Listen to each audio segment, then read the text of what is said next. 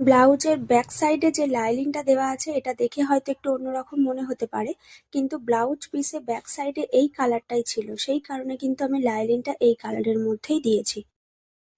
ব্লাউজের ফ্রন্ট সাইডে একটা ডিপ নেক করে পান গলা রেডি করা আছে। ব্লাউজের ব্যাক সাইডে ফ্রন্ট পার্টের সঙ্গে ম্যাচ করে রাউন্ড করে ডিপ গলা কাটিং করা আছে। আর এটা কিন্তু একটা প্রিন্সেস কাটের মধ্যে রয়েছে। আর এখানে যে দড়িটা দেখতে পাচ্ছ এটা কিন্তু রেডিমেড একটা দড়ি। এই কাপড় দিয়ে কিন্তু দড়িটা করা যেত না, সেই কারণে আমি এই ধরনের একটা দড়ি দিয়েছি। আর এখানে তোমরা লটকানটা দেখতেই পাচ্ছ, এইভাবে ফুলের মতো করে লটকানটাকে তৈরি করা হয়েছে।